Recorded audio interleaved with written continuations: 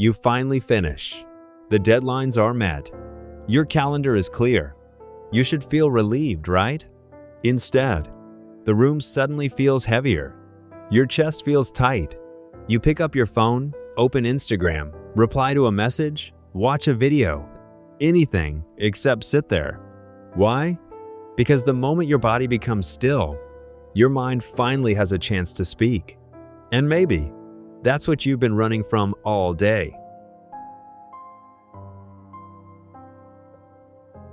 There's nothing wrong with working hard.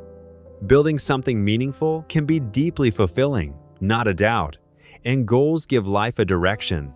The problem begins when productivity stops being something you do and quietly becomes someone you have to be.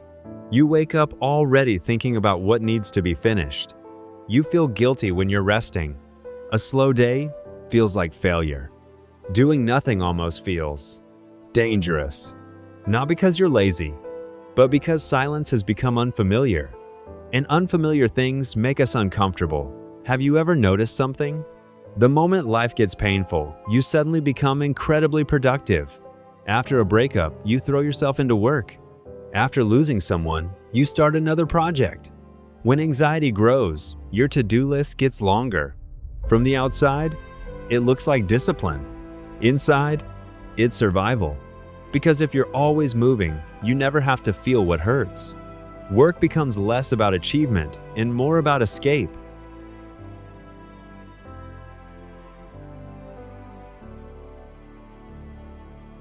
Productivity whispers something very seductive.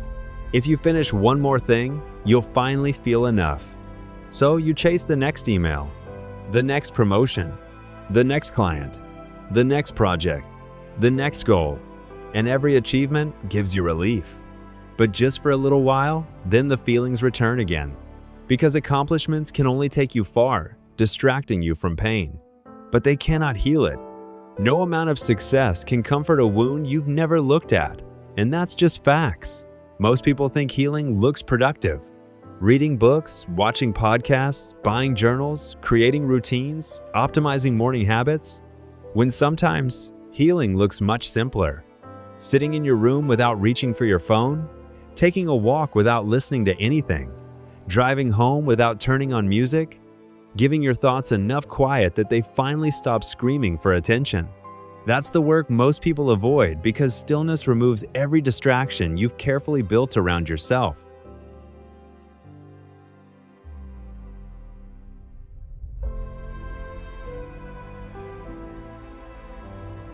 Eventually, your body keeps the score.